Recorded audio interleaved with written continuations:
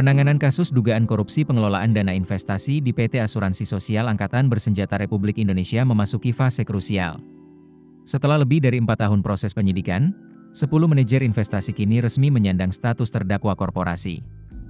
Mereka akan menghadapi persidangan perdana di Pengadilan Tipikor Jakarta Pusat pada Jumat, 29 Agustus 2025. Kasus yang mencuat sejak 2020 ini bukan skandal kecil. Negara disebut merugi 22,78 triliun rupiah, menjadikannya salah satu kejahatan keuangan terbesar dalam sejarah Indonesia. 10 korporasi dalam sorotan dalam kasus korupsi Asabri yang terdaftar di Pengadilan Negeri Jakarta Pusat dan telah meregister 10 perkara korupsi pada Jumat 22 Agustus. Mereka adalah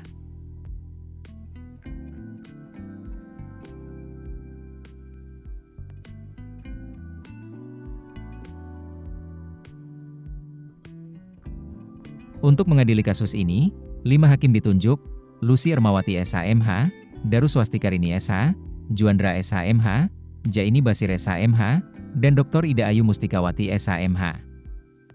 Sidang perdana akan digelar Jumat, 29 Agustus mendatang, tegas Andi Saputra, juru bicara PN Jakarta Pusat sekaligus Hakim Ad hoc Tipikor. Dari 10 perusahaan, PT Rekapital Asset Management menjadi sorotan.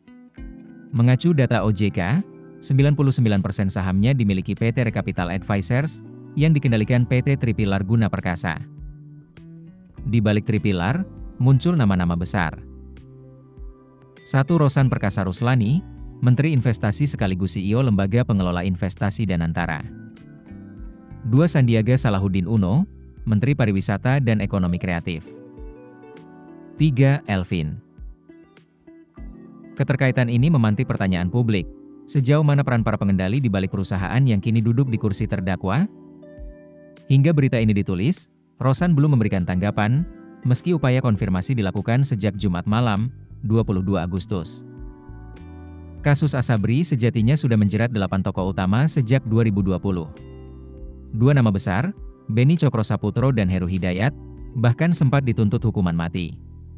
Namun, keduanya akhirnya divonis nihil lantaran sudah dijatuhi hukuman seumur hidup dalam kasus Jiwasraya yang merugikan negara 16,8 triliun rupiah.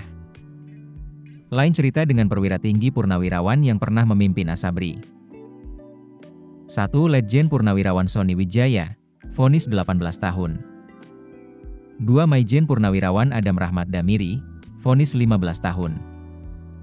Tak ketinggalan para pelaku sektor swasta seperti Teddy Cokrosaputro, Jimmy Sutopo, dan Lukman Purnomo Sidi, dengan hukuman belasan tahun penjara plus denda ratusan miliar. Persidangan mendatang menjadi ujian besar bagi penegak hukum.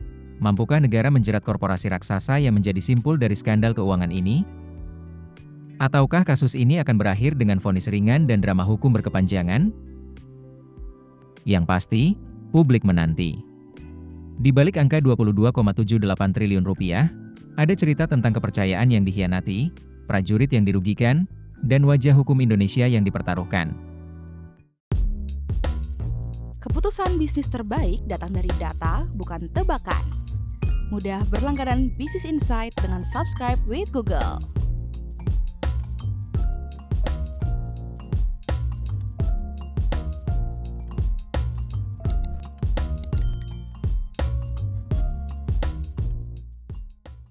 Download aplikasi Kontan sekarang di App Store atau Play Store.